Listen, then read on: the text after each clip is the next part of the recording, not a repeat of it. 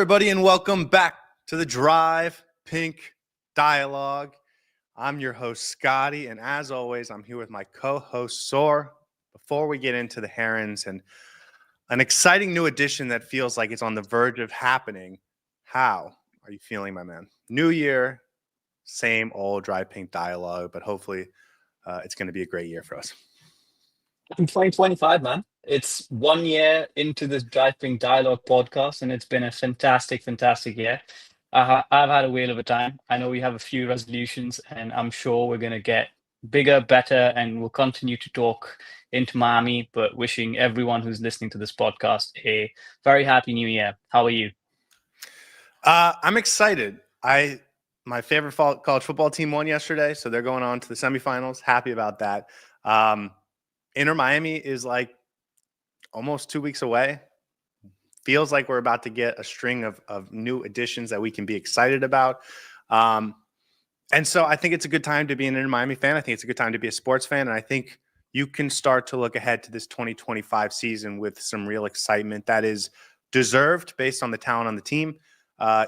Obviously, there's still holes to fill, but I think we've heard enough names. We've seen enough progress made on deals that you feel good about those deals coming to conclusion and over the next 10 days, 10 to 15 days before preseason really starts. And so I feel good about the team, feeling good about life, and maybe at the end we'll talk about some New Year's resolutions for Inter Miami. But I'm excited for 2025. How about you? Yeah, the season's almost upon us, man. Before you know it, blink of an eye, and we're going to be playing our first pre-game season. I will say new year, but one thing's going to be the same. My internet is always going to be terrible when I'm traveling. I promise this is going to be the last time that that's going to be an issue, at least for a while. So strap in and apologize for any network connections that I face over the next hour or so. But I'm excited, very excited to see Inter Miami take the field again. And we're going to see some new faces come in, which is going to be fantastic. And one of them we're going to talk about today.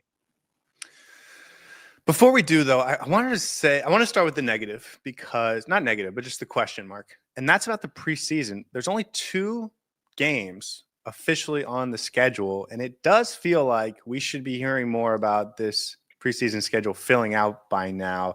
February 18th, we had that first game in Las Vegas against Club America, but it's almost a month until the only other scheduled preseason game on Valentine's Day. There feels like there needs to be 2 or 3 games in there, and this team hasn't announced anything. We haven't heard any rumors in quite some time. I know there was an Olympia game that was on the verge of being confirmed, hasn't been confirmed yet, and that makes you a little nervous. I know there was some talks with some South American clubs, but they haven't come together, and now we're talking about needing to do that in like 3 or 4 weeks. Does that make you nervous at all? I mean, they can always schedule a last-minute MLS team, but for the exciting, fun, challenging preseason games that get you prepared, that feels like it's going to be harder to make happen if it doesn't happen here in the next couple of days. It's a bit of a weird one, isn't it? Because clubs usually prepare their preseason 6, 7 months in advance. So the games are already set. And I'm thinking about the fans and the ticket sales and everything, the commercial side related to the preseason. It seems very unorganized, which I'm wondering why that is.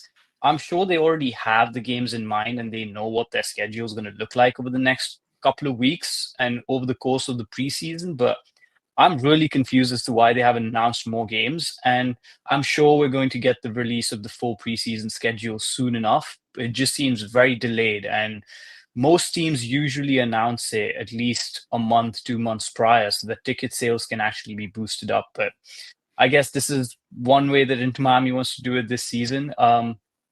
I'm not sure if they're planning to go too far out into South America and have a big tour of South America. They're potentially going to keep it quite local. That's what it looks like. Otherwise, more games should have been announced. But we'll see. We'll find out soon enough. But definitely a peculiar side. Yeah, it doesn't feel like whatever grand plans they had are really coming together as they hoped or expected. We'll Maybe see. they didn't have any grand plans. Who knows? Maybe they just wanted to keep it as simple and easy. I think we heard enough about a trip to South America and potentially Brazil and Argentina that you think there was something there, but I wouldn't be surprised if we get scheduled against San Diego in the next couple of days, just because that's what we're going for. At that point, it would just be another game with our previous B team, right? given how many players they're actually picking up from Inter Miami. And Yeah. I'm guessing there are going to be more additions from Inter Miami's previous roster. So that's just going to be a game against our B side. I know we're going to talk about that a little bit later, but you would imagine Messi kind of understands how to beat down Franco Negri by now, and Chris McVeigh. Okay, let's get into the big topic of the day, because it feels like, and I say this every time and then I just jump into it. I don't like talking about rumors that are potentially unsubstantiated, unless they're about like the best players in the world, because that's just fun. But a lot of these smaller names from Argentina, from Spain that we're hearing about, the sources are oftentimes lacking credibility. Inter Miami is an easy name to just throw in there because not a lot of people in other parts of the world have connections to the MLS. They don't really know. And Inter Miami feels like a plausible team that could go out and try and get anyone. And so we hear a lot of names. But over the last 24, 48 hours, it feels like I've heard a lot more people that I trust talk about this Tadeo Allende. Someone help me with his pronunciation. Coming to Inter Miami, and it may be as soon as this weekend. That feels real. Like it feels like it's happening at any point in the next 24, 48 hours. Yeah, this seems like one of those very substantiated rumors that has progressed over the last couple of weeks and now seems like an inevitability, right? We are potentially looking at a right winger, and we talked about this briefly last podcast as well, and now it just seems like we're almost there. He is probably going to be another one of the players coming in after Fafa Pico, and you're right, with Inter Miami, it's a bit of a show when it comes to journalists starting around names here and there, but this one definitely seems concrete, and I fully expect this to come through, and one that Inter Miami seems to be interested in. And Vasquez has very helpfully pointed out that it's Allende, so that's what we're going to say over the course of the podcast. I absolutely know it's Allende, and I just had a brain fart there, and it came out. You're the one first who time I speaks said it, Spanish here, so I would assume you would know how it's pronounced. the first time I said it live on the podcast, all of a sudden, all the doubt rushed into my head for absolutely no reason. But that's what happens sometimes. Okay, so who is this guy? He is almost 26 years old, so he's not super young, but he is a guy that has been a promising player coming through the Argentine ranks. He started out at Instituto, moved to Godoy Cruz in an upgrade in the Argentine, Primera Liga, and then finally, about a year ago, he gets his first big move to Europe, where he gets a transfer to Celta Vigo, signs a 4.5-year contract. It's a big move for him. And it's like supposed to be his step into Europe, the start of another Argentine making his name in the biggest league, or one of the biggest leagues in the world. Hasn't exactly gone to plan in Spain. He's played a handful of games for Celta Vigo this season. He's really not featured for them in the league. Had a couple cup appearances, scored a couple goals. But this is a forward player, right winger, maybe can play some left wing, maybe can play some striker, but this is an attacking player that Inter Miami is bringing in, the second attacking addition of the offseason so far, after Fafa Pico. And he feels like a guy that Javier Mascherano would know pretty well, and that Raul Sanyehi would have a pretty good idea of, because Sanyehi was in Spain. He was scouting this guy as a potential player to bring into loan at Zaragoza before he came to Inter Miami. And then, of course, Mascherano keeping a heavy eye on the young Argentine's talents. So if this is a guy they want, I feel good about it, I guess. How you like him? Yeah. The Fafa Pico one sort of was a curveball for all Inter Miami fans. Nobody was expecting it, but this seems like normal programming has resumed. This would be the kind of signing that I would expect Inter Miami to make at least one or two of these players that we sign from the Spanish league, lower divisions in the Spanish league, someone that Raul Sanyehi and Javier Mascherano are both familiar with, Argentine. First impressions, seems like a well-built forward player who can potentially play in multiple positions. You're right, he hasn't featured that much for Celta Vigo, but I watched some of his highlights for his previous club in Argentina, and he seems to be quite quite adept at his role of coming in from that right wing side and providing some really good goal scoring, threatening opportunities, and looks like a good player if the team wants him, if the management wants him, if he's the kind of player that we are looking at for our forward line. I think it's a good option. I would be very happy if he comes in. Of course, provided that he's brought in on a good contract, not overpaid for him, but definitely a player that you would expect Inter Miami to look at, because this is the kind of quality and this is the kind of profile that we would be targeting this transfer window. Yeah, and he can score, right? I think Yeah. if you watch his highlights, you watch the clips, you can see there's some really impressive goals in there. It does kind of remind you of what Matias Rojas' goal catalog kind of looks like. Lots of shots from deep. He can score from both sides. Has some really nice goals with his right foot, with his left foot. I think he's right-footed, but certainly he can hit him from deep. He can hit him from deep with the left foot. I think he's a little more accurate with his right foot, but in terms of placement.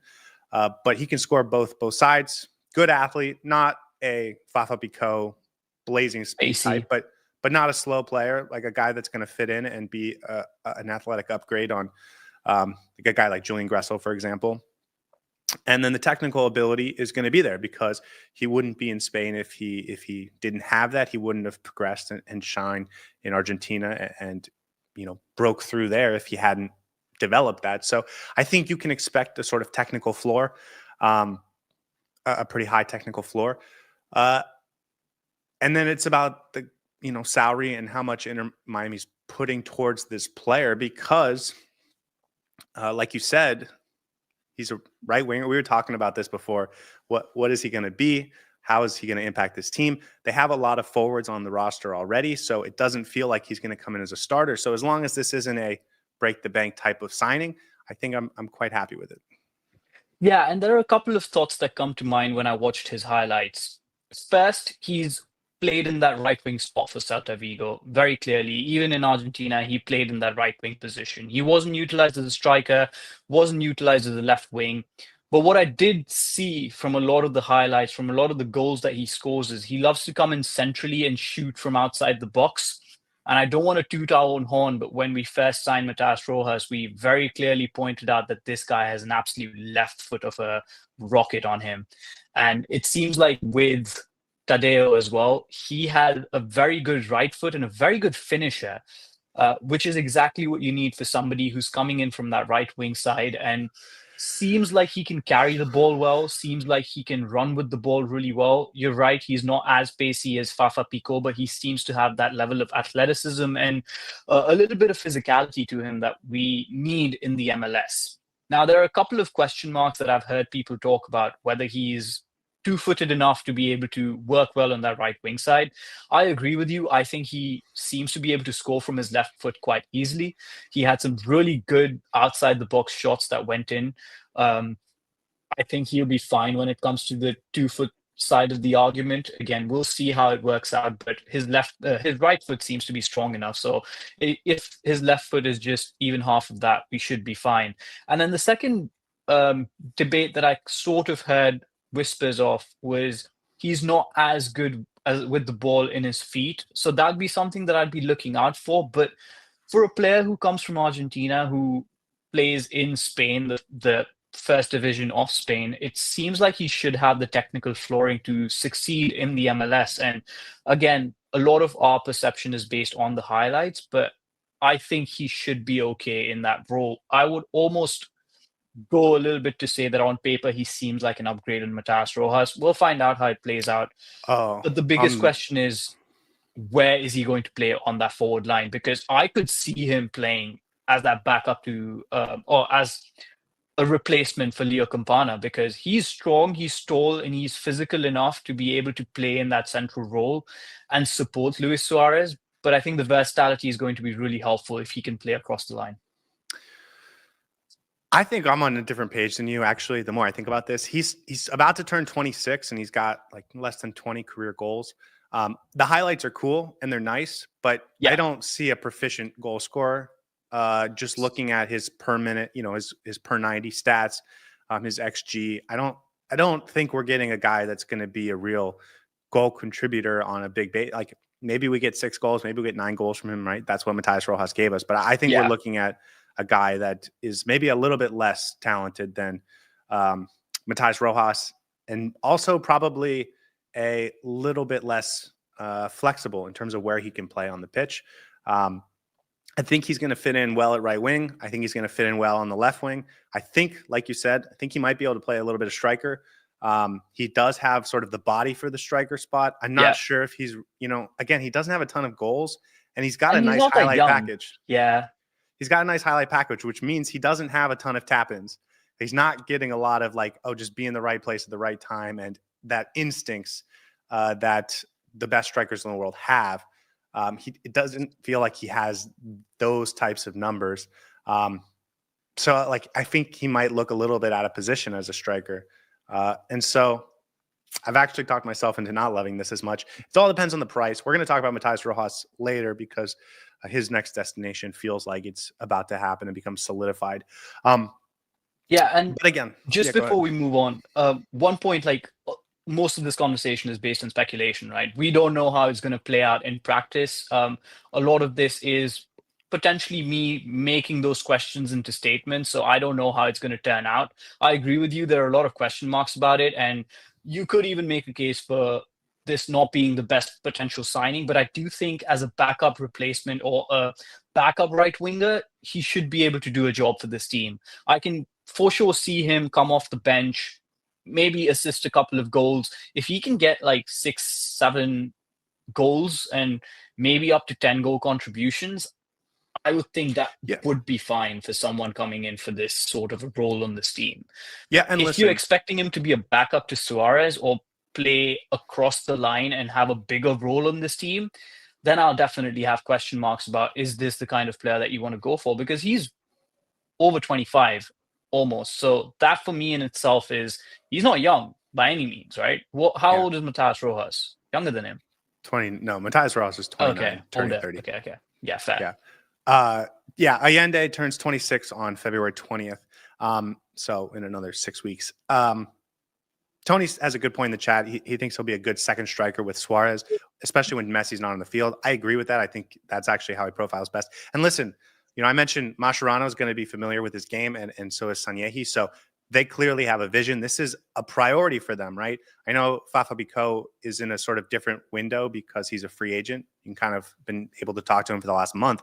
But in terms of signing players from Europe, it really just opened yesterday in terms of concrete possibilities. And so for Allende, this is a guy they targeted. This is a guy they wanted to get early. This is a guy they really like. So, I can make up and criticize all I want. I've never watched him play a full 90 minutes. And clearly Mascherano has an idea of how to utilize him if they think this is a guy they have to go get early.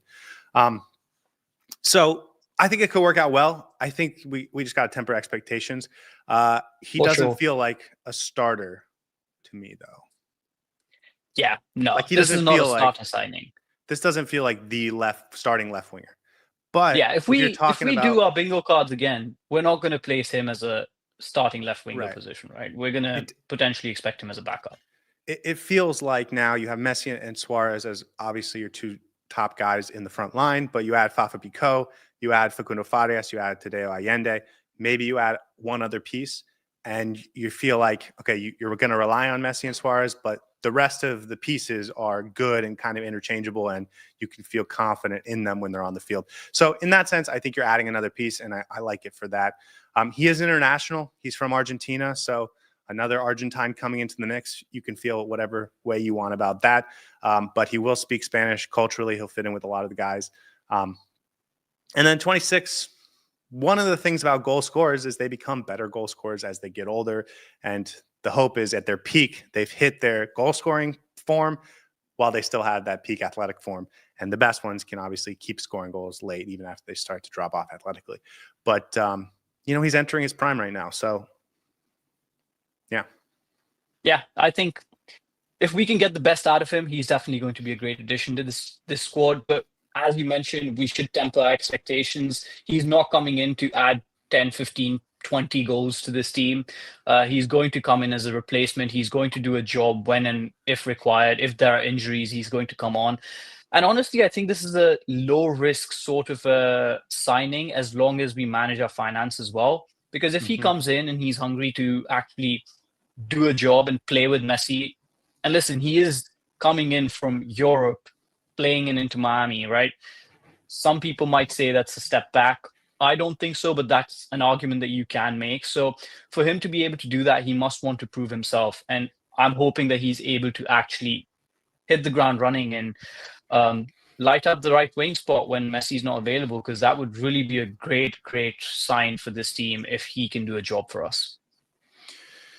Yeah. I think when we first heard about him, I was thinking this is going to be the Campana sort of replacement. I The more you look into him, the more you realize he's not a pure Yeah. striker. He's also not that young, but he is young enough that you'd think there's a chance he stays beyond just 1 year. But we are hearing it's just going to be a loan. He did just get bought by Celta Vigo in January of 2024, so a year ago.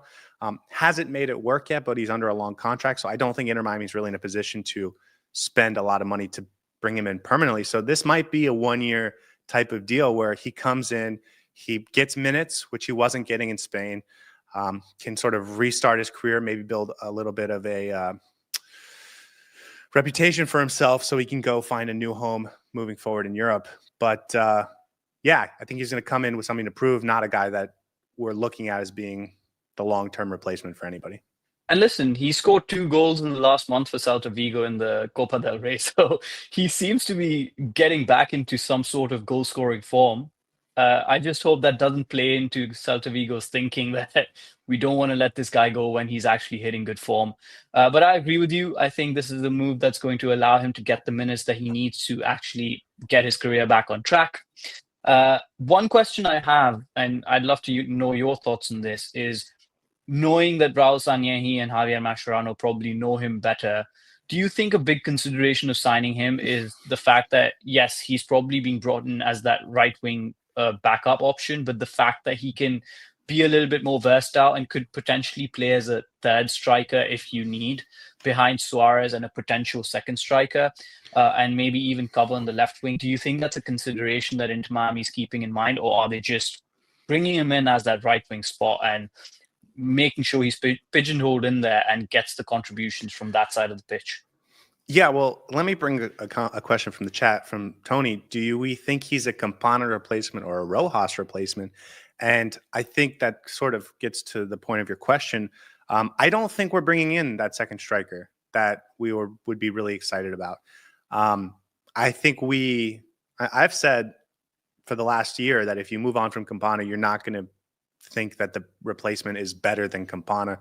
And this feels like that type of signing where you say, listen, Suarez is going to start 85% of games.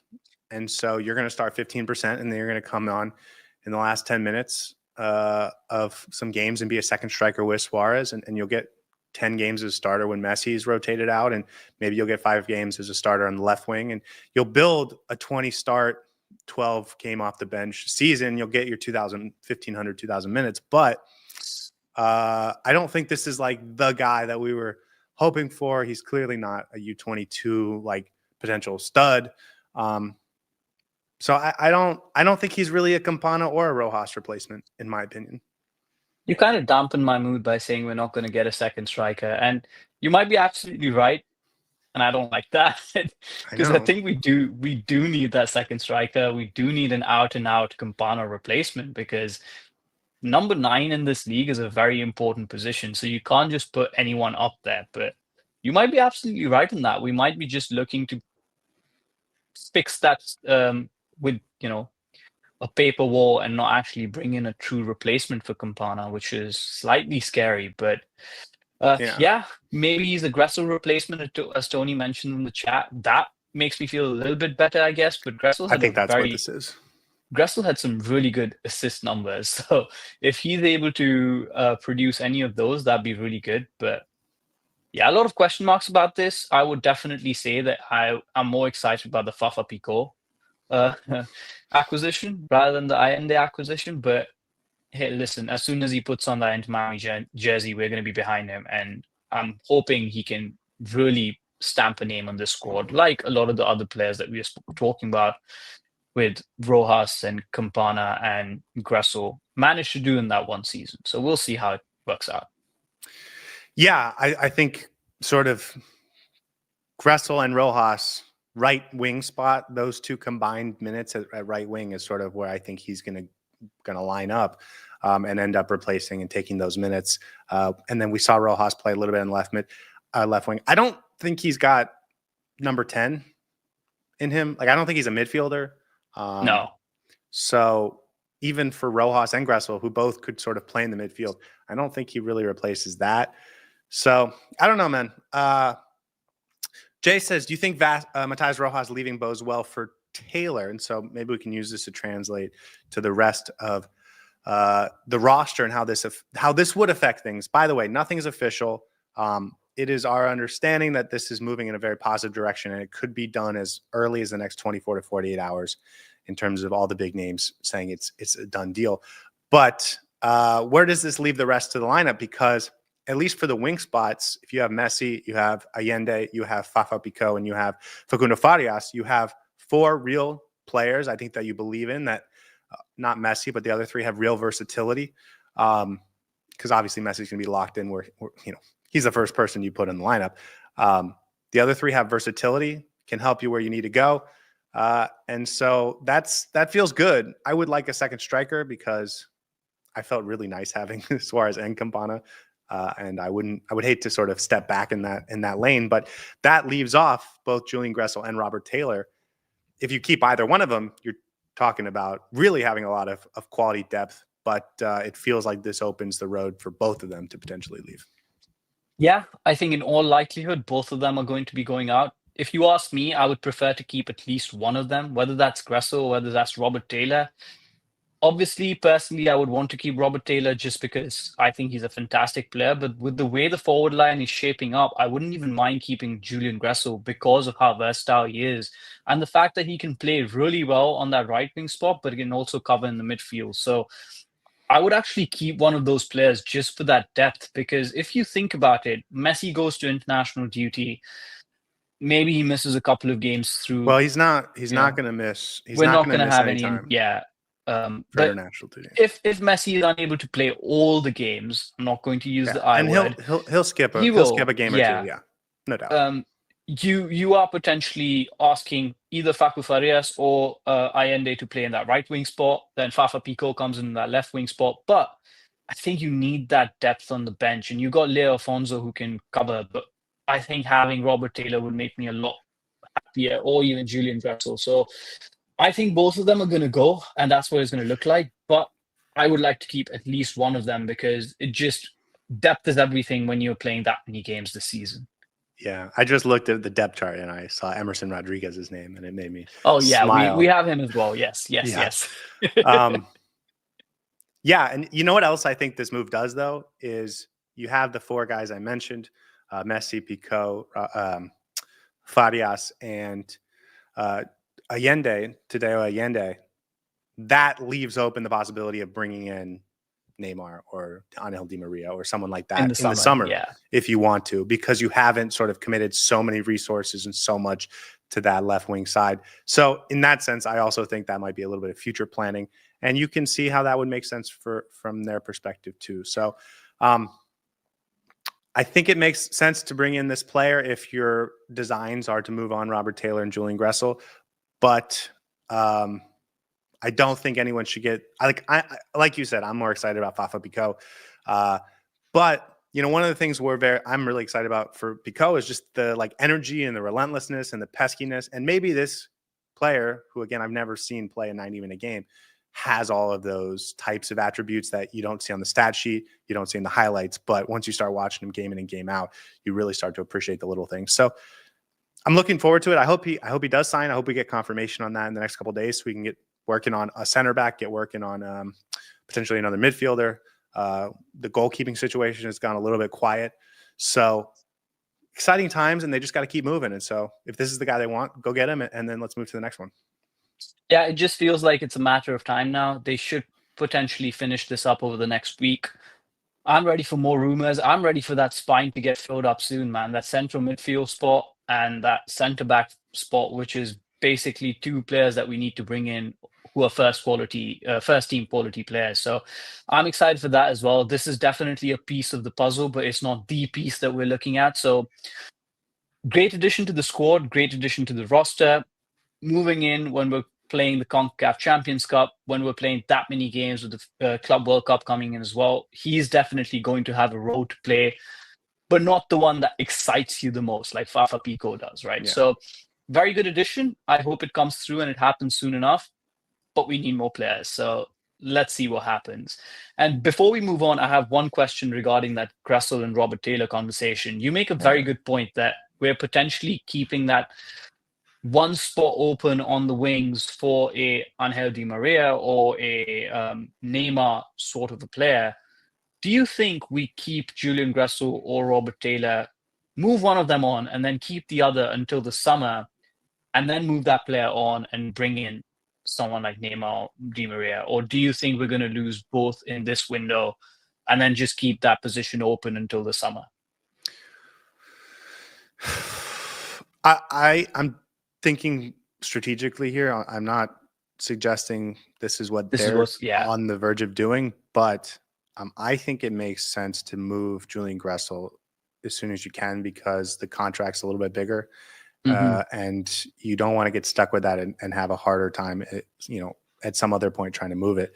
And maybe they have been trying and they can't. So, it's possible that he stays on the roster. And then as far as Robert Taylor, I think that trade is going to be designed to bring the international roster slots they need, the allocation money they need. And so once they bring in Allende, they're going to feel like they have the depth, and then whatever their future plans are, they can map out how many international roster slots they need, how much allocation money they need, and they can make that trade happen. So I think we're going to see both leave this off season or this winter, but anything is possible, man. Like we're talking about all these moves and all these, but like in the next 10 hours, Celta Vigo could come back to Inter Miami and say, hey, listen, we actually need a little bit more money from this loan deal. And Miami might say, well, that's not in our budget, and the whole thing could fall apart. So it is what it is. And that's why sort of it can be really frustrating to get into these rumors in too much depth. But this one does feel like it's happening. And I think it will unlock potentially some of those other moves. I do think they are waiting to get the player in before they move out the guy he's replacing.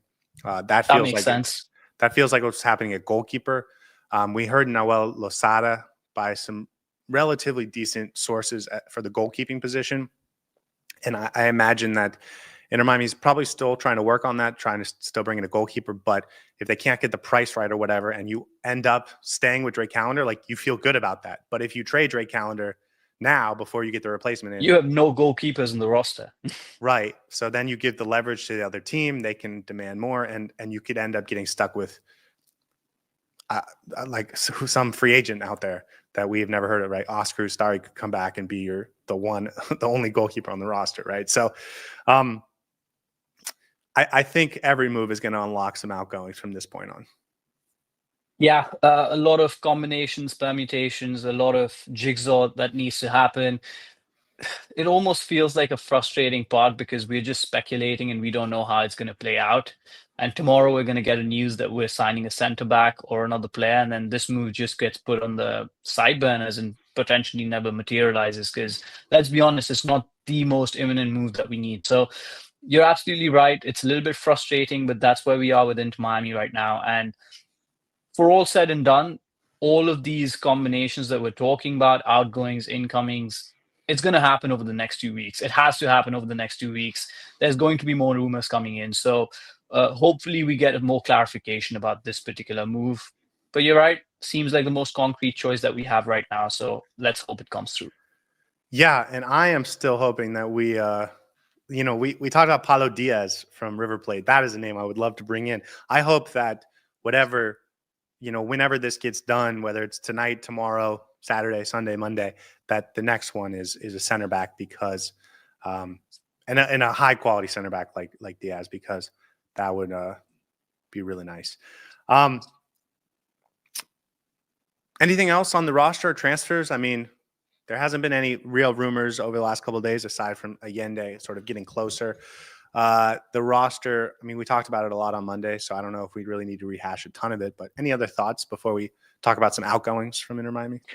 No, I think it's time to talk about the outgoings. We've discussed enough of the incomings, so yeah, get us started. Just for the record, the real Akeno asks here says, I feel like Taylor, Fafa, and Gressler are going to be used mostly during international breaks. Inter Miami does not play during any of the international breaks this season. So yeah, they're not going We're to have well to worry about sorted that. there. Yeah, the Gold Cup, the Gold Cup.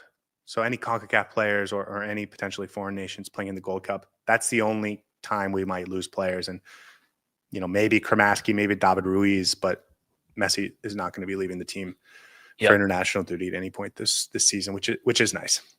It's a big positive, that's for sure. And yeah, we don't have the Copa America, which was a big source of our frustration as Inter Miami fans last year. So thank God for that. And we just get more of Lionel Messi this year. Hopefully he can stay fit and healthy throughout. Well, actually, the Copa America last year was a huge opportunity, and I think it was one a lot of players took advantage of. So it actually became a source of great pride for Inter Miami. That's true. That's very true. For me as a fan. And that's how you look at the silver lining. Exactly. But the reason they were able to do that is because they had incredible depth. They've moved on a lot of that depth, and they need to replace it now. And Tadeo Allende could be that guy on the right side. Speaking of guys they moved on, let's start with the biggest name, because I think this is the most interesting conversation, and that's Matias Rojas. Last night, I got wind of this, that he was sort of on the verge of signing with River Plate, and I thought we were going to break the news, and then today everyone found out. So Matias Rojas not coming back. I said this as soon as the roster came out, the roster decisions came out. If a player has an option, it's declined, and then we're still negotiating. That is just MLS jargon. That player, you should consider them gone. They are a free agent. Basically, it just means that Inter Miami gets first dibs on them of any MLS team, but Matias Rojas had plenty of suitors. We heard Boca Juniors. Sounds like River Plate. You're talking about the top teams in Argentina coming after this player. He does return to the Argentine professional league after two stints away, right? He was in Corinthians in Brazil and then at Inter Miami in the U.S. So he returns to Argentina, where he sort of was at his peak of his powers. And he has some great memories with Inter Miami, won a trophy, got to play with Lionel Messi. I think from his perspective, it was a soft landing after what was sort of a not great situation at Corinthians. He has some highlights that go on the career highlight reel. He wins a trophy. He gets to play with some of the great players of all time. For him, I think this is a tremendous success, and he sort of rebounds his reputation in order to get, signed with River Plate. Yeah, I think from what I heard, they obviously wanted to renegotiate his contract or maybe trade him to another team in the MLS, but he declined that option. And I think his only option was either play for Inter Miami or move back to Argentina. Going back to River Plate, I think I'm very happy for him, first of all. And the more I think about Matias Rojas, the more sad I feel, because he had some really good memories for Inter Miami this one season. As I mentioned, he only played for us for one season, played not that many games. But I think in all Inter Miami fans' mind, he's really made a name for himself, has a really good highlight reel for sure, some brilliant goals at very crucial times during the season, brought us back from the brink of basically death against the New York Red Bulls, and that's where he kicked off his Inter Miami season. I have very positive feelings about Matias Rojas, and I wish him the very best wherever he goes. I think this move for him is very, very positive. He's going to go to a very good team in Argentina, go back to his home country, and not his home country, but go back to the country that he's played football a lot. And yeah, I think it's going to be very positive for him, and hopefully he enjoys his football wherever he goes, because we as Inter Miami fans are really going to miss him, and he was a crucial piece of a very successful season for us. So yeah, farewell to Matias Rojas, and hopefully he has a good career wherever he goes. Yeah, I think there's a couple conversations to have here, and I want to have them. Starting with, what is the replacement for Matias Rojas on the roster? We talked about Tadeo Allende, and I think if you're from the outside, you don't know the team too well, you might think he's the guy that's going to come in and replace Matias Rojas. I think the guy is Facundo Farias. He's got versatility to play on the right, the left. He can play in the midfield as sort of a number 10 and maybe even a little bit farther back, has the athleticism. So I think your replacement for this player is already on the roster, coming off injury in Facundo Farias. And I think that's going to be Farias' role this year. I think it should be. So you don't have to worry about replacing him. And that makes sense. But I still think you could have gotten value for this player. Maybe they went to him and he said, I don't want to play anywhere else in MLS. And I think that's respectable for Inter Miami to not sign him and then try and trade him for value and to let him go. But, you know, River Plate could have given you $500,000 transfer fee or $1 million transfer fee. And that would have gone straight into your allocation money, because you can convert that 1-to-1 up to a certain amount for allocation money. So, like, I still think Inter Miami could have maximized their priority. He only made $500,000 last year. So if you do, for some reason, it doesn't materialize and you get stuck with him, he's just a great, nice player to have. Great depth piece, great option, versatility, and he's not making sort of backbreaking dollar amounts. So, like, I still not sure Inter Miami played this right. I imagine they went to these players, not just Rojas, but maybe Campana as well, and said, hey, what do you want? Let's make it work for you. But when you're in a cutthroat world and you're trying to maximize every resource, I do think there was a little bit more to be squeezed from this, because you already had the option on him. But obviously, from a good person perspective, he gets to go do what he's going to do next. Yeah, and as we said, positive all around. Inter Miami should be able to replace him and get a better player, whether that's through Facu Farias or maybe someone from outside, for sure. But he'll always have a positive impression in my mind, and I'm gonna miss him as a player. He was really good for Inter Miami last season, and as you mentioned, if he'd come back, we would have all been happy and not been too sad about it. So yeah, seemed to have done a good job for Inter Miami when he got the chance. Yeah, Tony's making some good points in the chat. So if you want to check that out, I recommend it. Just saying that we did get as much GAM as we can from outgoing transfers from Diego Gomez. So maybe there wasn't actually an advantage and they realized that, so they let him go. He does say, though, is Farias the Gomez replacement? I don't think that's the case at all. I think Inter Miami still needs a midfielder that you feel good about, or at least, you know, you would like an ideal way to build another midfielder that can be an 8. Because right now, again, if you're moving on Gressel and you're moving on Matias Rojas, it does get relatively thin. You're going to start with Federico Redondo, but then you're talking about Kramaski and David Ruiz, and the numbers get slight relatively quickly. Yannick Bright can play there, but you're not talking about being 7 deep like you were last season. So I think they could definitely add a number 8 and feel good about it. Yeah, and I would say Gomez was 2 players, right? There was Gomez, the left winger, and there was Gomez, the central midfielder. Mm-hmm. I would say we may have sort of replaced Gomez, the left winger, with Fafa Picault. Similar sort of an energy, similar sort of a physicality. Facu Farias does that job, but I think he's more of a player akin to Matias Rojas.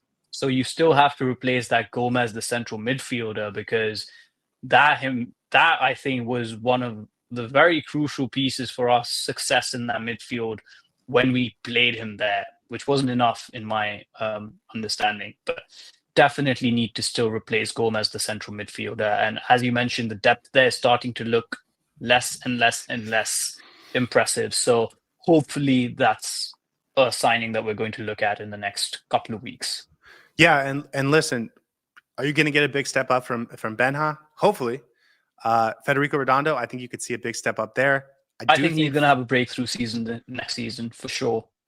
He needs to have a breakthrough season. Yeah. Yeah, so we'll see. Obviously, Busquets going back to the midfield after playing a lot of center back last year helps the situation as well. So, like, it's not desperate. It's not an urgency, but you're talking about trying to rebuild the roster you had last season or potentially even upgrade on it. That is sort of a hole that you have. And Rojas would have filled that, but again, like, I think this was a perfect situation for Rojas. He rebuilds his reputation a little bit. He has some really nice moments for Inter Miami, and then he goes back to where I think he's probably most comfortable and signs with one of the best teams in the country. And so, yeah, River Plate is no joke. So, and not great just move for him. Yeah, not just one of the best teams in the country, but he had interest from most of the best teams in the country. So, good move for him. I hope he has a very successful career, and I appreciate what he did for Inter Miami, and we'll look look back on it fondly. Another player going to Argentina, this player going back home, and that's Nico Freda. He signed with Independiente, not quite the club that River Plate is down in Argentina, but he also gets a bounce back spot. His contract with Pumas was not extended, so he was on a pretty nice contract with Pumas. They don't agree to an extension from either side, so he becomes a free agent, and he now lines up with Independiente. Didn't have a huge impact at Inter Miami in terms of number of minutes or games started, but that was really because of injury. I think there was a chance he was going to be a huge, important piece for Inter Miami this season. Comes up short, but he does find the next club. Coming back from an ACL, hopefully he bounces back well, and everyone feels good about that. Yeah, I think he had a good start to his Inter Miami career, started to get into the groove of it, and built a partnership with Toto Aviles. And as soon as we were starting to see signs of him as a player and what he can do for us over the next, season, he had that unfortunate injury, and it seemed the moment that he got that injury, it would be a season ender. So unfortunate, didn't exactly work out the way it was supposed to for him. He wasn't our first choice defensive acquisition in that last season. I think he was third on the list, and then we eventually went and got out David Martinez. But yeah, it wasn't the season that he would have hoped. But again, happy that he got his move, and hopefully he can have a good playing career going back to Independiente. So good luck to him. Yeah, and he was on a nice contract from Pumas that Inter Miami took over, and so just financially, it wasn't going to make sense to bring him back. Yeah, to pay a transfer fee for him definitely wouldn't have made sense. So there's no conversation to be had here about whether we should have kept him. Moving him on was the right decision, and he lands on his feet, and that's always good to see. And similarly, I mean, I think there's a little bit more of a conversation about this next player, Franco Negri. He was drafted in the re-entry draft, the re-entry draft by San Diego FC. And it sounds like he's on the verge of agreeing to a contract with them. Basically, what this means in MLS jargon is that Inter Miami declined his option, but they still held his rights as a player. And I know that that's a weird way to say it, a weird way to phrase it. But if he was going to join another MLS team, he would have had to had his rights acquired by that team, and Inter Miami could have sort of held him for ransom if they wanted to. But San Diego took a different route, and they took him in the re-entry process, and you get a couple picks there. So they pick him up, and he now, even though he wasn't under contract, has decided, you know what, I like the MLS, and San Diego doesn't feel like that bad of a town. Maybe I can even become sort of a starter, which is what he planned to be when he first came to Inter Miami. And so we're going to keep seeing Franco Negri in the MLS, and maybe that preseason game we'll get to see him in those ugly colors that San Diego SC has. Yeah, it's very unfortunate that he has to play second fiddle to one of the best left backs that the league has ever seen. So he didn't get that many minutes, but on any other MLS team, he would actually do a really good job. He's always put in a shift whenever asked to. He had a good couple of games for us whenever he was given the opportunity. So Franco Negri, a great servant to this club, fully expected him to actually move on this season. So this is a move that's not highly unexpected, but it seems like San Diego's got a good left back on the roster, and he should be the starting left back for them. So I'll be interested to see how he builds back his career in the MLS, in that new team, which has a lot of promise. And in a way, I might be a little bit glad that we're not playing them this season during the season, because they have way too many ex-Inter Miami players who could potentially ruin the night for us. So I'll be happy to face them in the preseason. But again, Franco Negri has been a very good player, a solid player. I think he's going to be a good acquisition for San Diego. Yeah, San Diego FC now with Chris McVeigh, who's probably going to play a decent amount for them as a center back. Franco Negri, who I think you're right, has a very good chance to be the starting left back. And then they have 3 goalkeepers on the roster, and none of them are sort of studs. So maybe Cesar Santos could sort of earn a starting job there. I do think they're probably going to go out and get another goalkeeper. But so far, 3 players that you like for Inter Miami, and you hope they do well. Yeah. Another player, I wonder if there was a little bit more to be squeezed out of him. Like, you could have traded him for $50,000 in GAM. We'll see what the contract looks like from San Diego FC, but probably not so much that it was worth the risk of, having to keep him on the roster, even though he's a quality player. But yeah, you can understand why they made the decision they did. Speaking of former players, let's talk about Diego Gomez, who has transferred to Brighton, but also is now registered, now eligible to play for them. They had their first game on Saturday against Arsenal.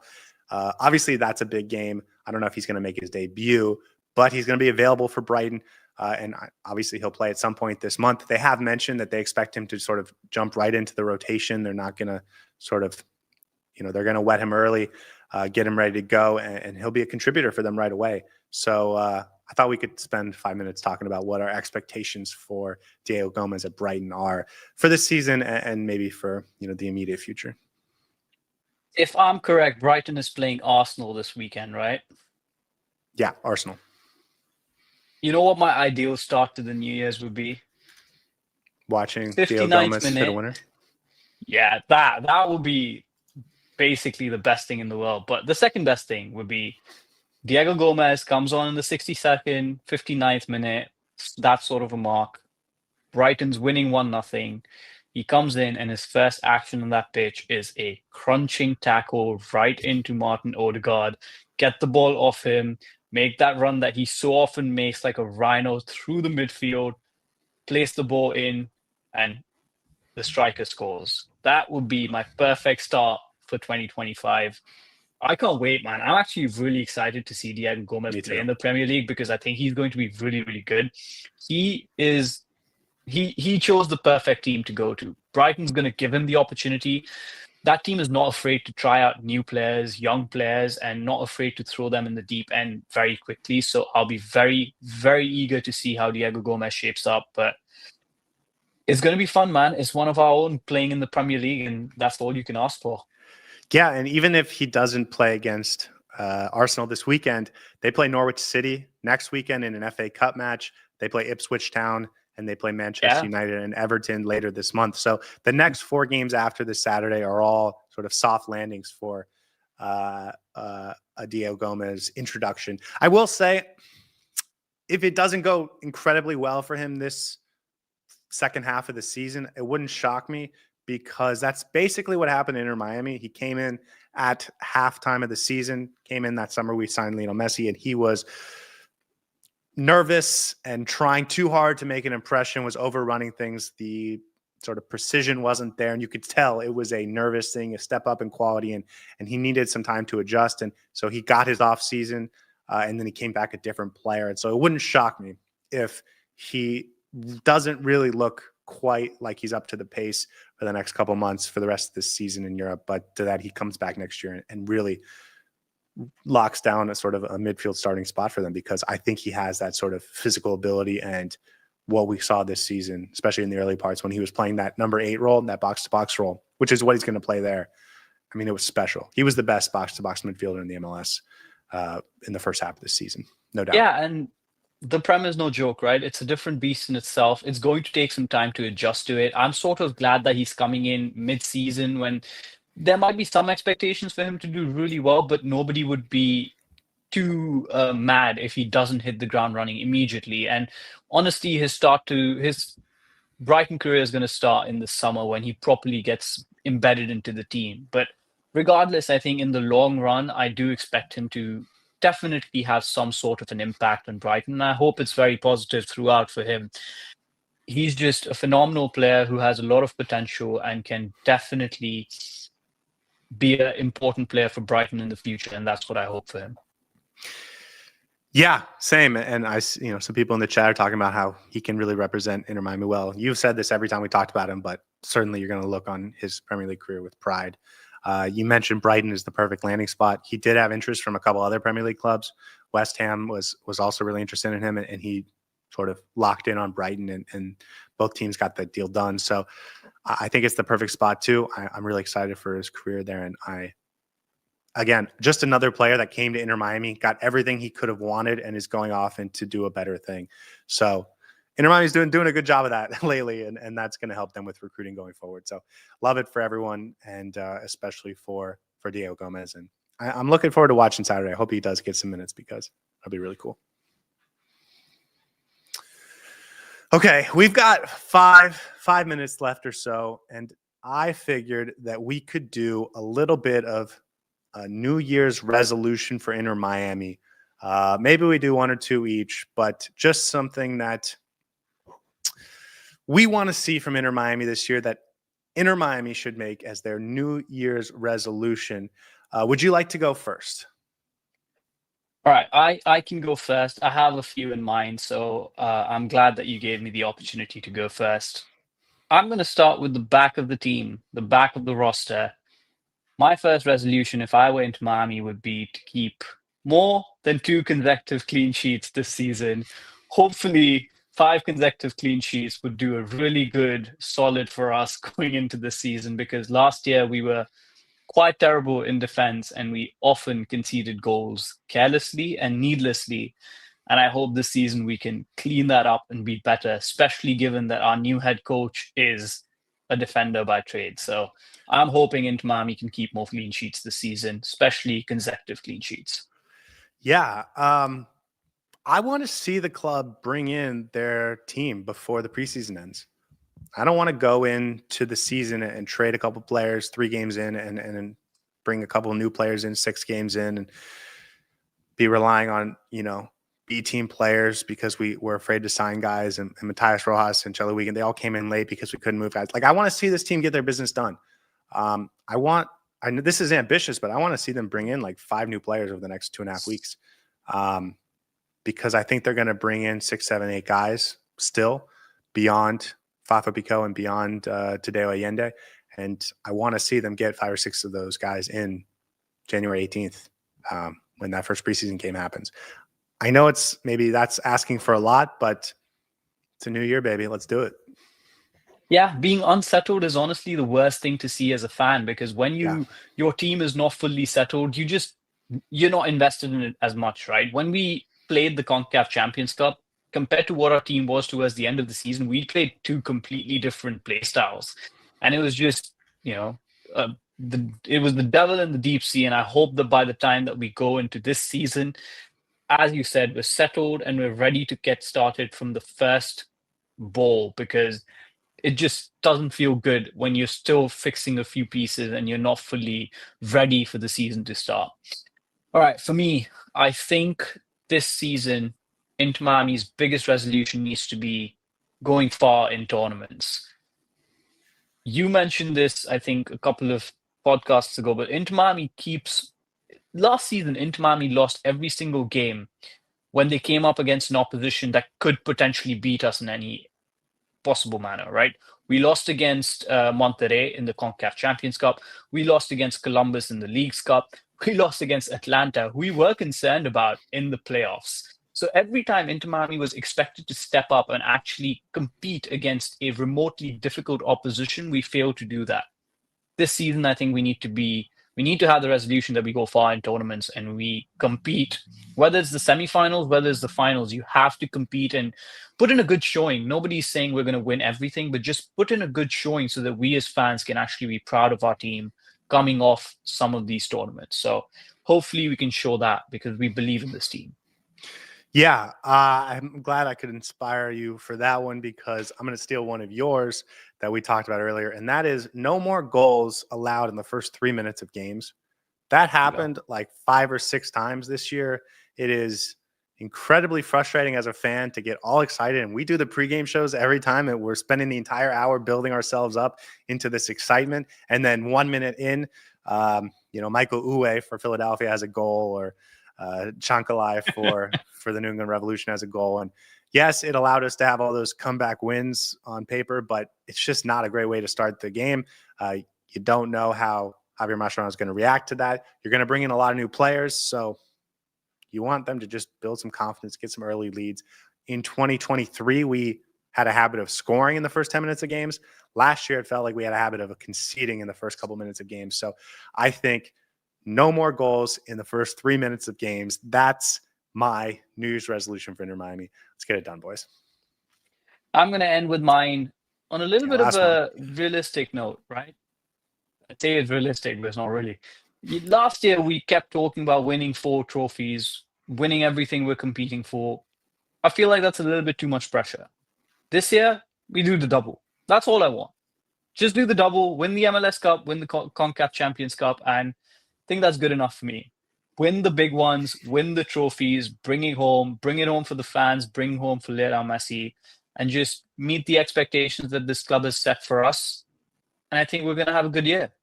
Win the MLS Cup and win the CONCACAF Champions Cup. Even if we win one of them, that's fine to me as well. But it's the new year. We can be a little bit bold, win both, get the double, and we'll be happy. All right, you heard him, guys. That is our New Year's resolution. Some players that left Inter Miami and I think found some really good landing spots, and it does appear that Inter Miami is on the verge of signing their second signing of the window, Tadeo Allende, on loan from Celta Vigo. A player that I think we should get excited about is a guy who's going to have contributions this year and I think brings a different profile that I'm really excited to watch in action. And it's a guy that Mascherano and Sanyehi feel belongs on this team. So I think there's reasons to get excited about it. And other than that, let's get some of those preseason games scheduled. Let's get some more bodies in and let's have some fun over the next couple of weeks. Saur, any final words before we wrap it up for today? We're almost there. The season's about to start. The first preseason game of the season is in 2 weeks, a little over 2 weeks. I'm very excited. I can't wait. As much as I love talking about transfers and rumors, it's a whole different ball game when we're discussing the opposition and we're talking about how Inter Miami is going to beat them and what the tactics are. So I can't wait for that, guys. Strap in. It's going to be a fun 2 weeks. And before you know it, the season's going to be on us. So cannot wait for Inter Miami to kick the first ball. And as always, thank you so much for always sticking with us and joining us on this ride. So see you on the other side. Yeah, and I should say for everyone that wasn't with us last season and sort of found us over the last couple months, we do a pregame show in the hour before kickoff, immediately after the game ends, and then the next day we do a full game breakdown. So if you haven't been a part of it and you really want to get your Inter Miami sort of vibes checked and your sort of itch scratched, this is the place to be. But thank you for being here. Everyone in the chat, thank you for being a part of this. As always, guys, you are the ones that make it special, and I hope you have a wonderful night. We'll see you next time. Hey everybody, thanks for tuning in. Do us a favor and hit that like and subscribe button. Since our first viewer, sharing this with you all has been the very best part. So from the beginning until the end, thank you for being a part of this and have a wonderful day.